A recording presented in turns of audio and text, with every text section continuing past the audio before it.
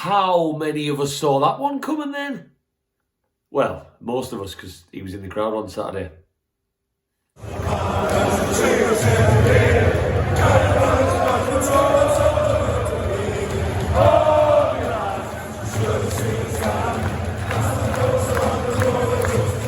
Welcome back to another video on the channel, Newcastle fans. He's confirmed. We all knew he was going to be confirmed. I mean, he was sat in the stands. I know there was a couple of reports, there's been a couple of issues, but let's face it, when he sat watching the game with a grin on his face with the owners in the stadium, I think it's pretty safe to say that that's going to be our new manager, unless something went sadly wrong. So, he's confirmed. He's finally through the door. We were just waiting for it, weren't we? I've read a couple of his opening statements. I like what he's had to say. His honesty as well. I mean, you can't argue with this one, can you? Who doesn't like a Greggs pasty at 3 o'clock in the morning? And also, £2 a pint. Can you blame him for wanting to move to Newcastle? I mean, really? Again, Amanda Staveley, her statements ran sort of true as well. It's nice to have an owner doing things properly for a change. I mean, obviously, she talked about the recruitment process, as you'll see on the screen in a second. And I mean, if he's bashed out a decent version of Blade Races in Cozy Joe's, if Cozy Joe's was busy, that's not an easy thing to do. You know, you can go all over the world, but can you do it on a cold Saturday night in a busy Cozy Joe's on that stage with a microphone in your hand? Obviously, Eddie Howe has, and he's passed the test. So, this now begs the question, we've finally got our new manager in. We can sort of look ahead now and not be wondering and waiting. What does he need to do? I think everything's quite straightforward for me, as daft as that might sound. I'm not going to claim to be a football manager, but I think a man with Eddie Howe's brain and his passion, the age that he is, it's not difficult, some of the changes that he needs to make from day one going into that Brentford game, which is huge, by the way. We have Brentford and Burnley coming up before an awful Christmas. We need something against Brentford. I don't even like to use the word 6-pointer, but Brentford is a 6-fucking-pointer. So what would I do early doors? First and foremost, we need to change our mentality. We need to be hard to beat. We need to not shit our pants when we go a goal down. We have only come back from a goal behind. Sorry, we haven't come back from a goal behind in a game in 19 out of 25 matches. That's a ridiculous stat. That tells you everything you need to know about where these players are at the moment. So he needs to install a bit of self-belief in these lads. I think he needs to get players playing the right positions, which again sounds stupid, but we haven't been doing that. Saint Maximin, get him on the wing. I don't care who wants to jump in the comments on this video and tell me that Maximin is good down the middle. Is he fuck? People are saying he's gone a little bit out of form since Bruce has gone. That's not what it is. It's because the last month or so he's been playing down the middle and he's so ineffective. He's isolated. We will play a lot of high balls from defence. He is your man that you want to pick out from central midfield or from your fullback or from your centre-back to run at the wing-backs and come inside and create things. So get Maximin back on that wing. Get Isaac Hayden solidly playing in central midfield. Get Dubravka, who is our strongest goalkeeper by a country mile now that Darlow's had a decent spell for us to make an opinion. Get Dubravka straight in that starting 11. Sort our fullbacks out. Get Fernandez back in the squad. One of our best and most reliable centre-backs.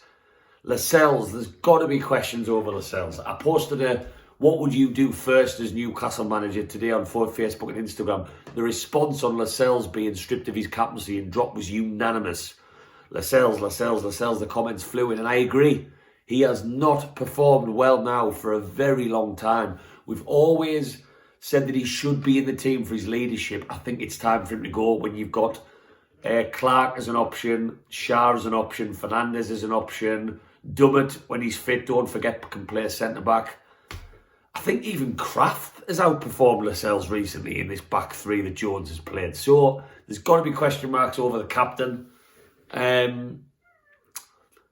Get Willock playing. I think Willock's got to be lacking some sort of self-belief or fitness, or I don't know. You know, we know how many days Bruce used to give players off. So get him back and playing again, because we need that midfield to strike a linchpin.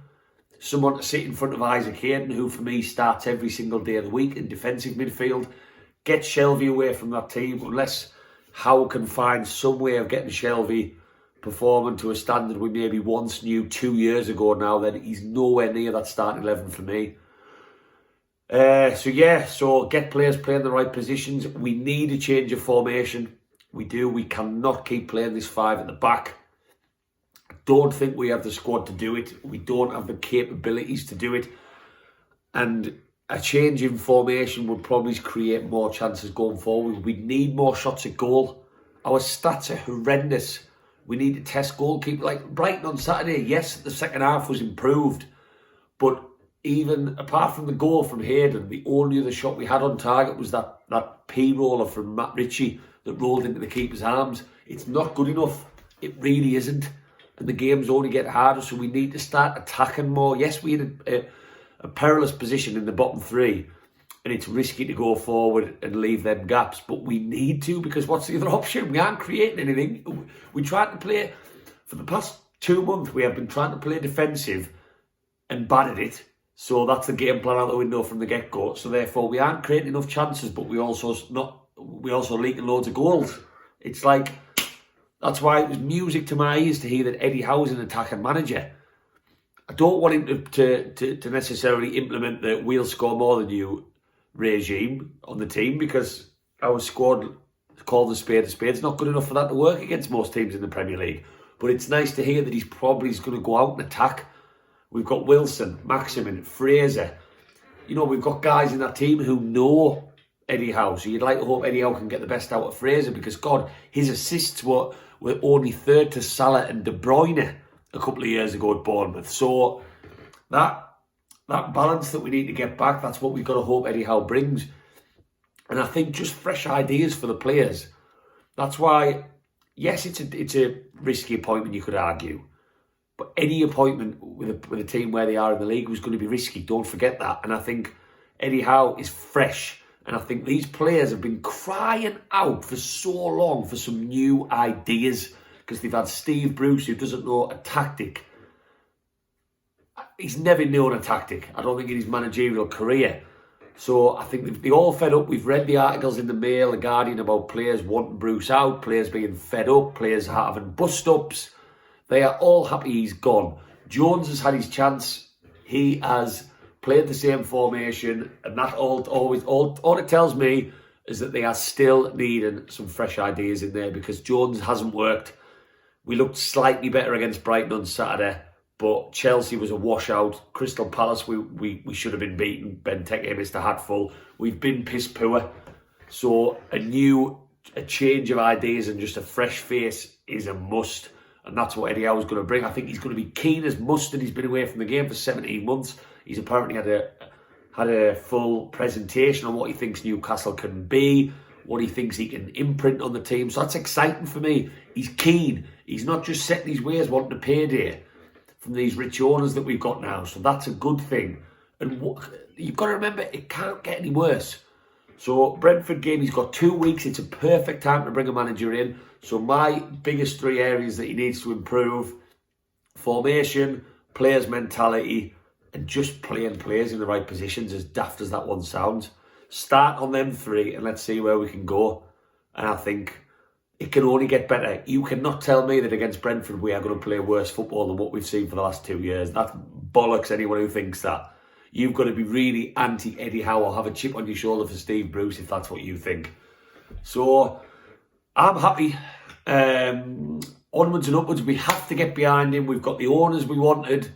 We've now got a young manager that we would have snapped anyone's hand off for at the start of the season rather than Steve Bruce. He's attacking. Every Newcastle fan wants an attacking manager. He's going to get some money in January, but we need points ASAP, because if we don't start picking up points, we could be down. Christmas could go one way for us. We could either find ourselves 13th in the league if we pick up some points, or we could be almost outside. We could be 10 points outside by the time we play Man United on the 27th of December. It's fucking scary.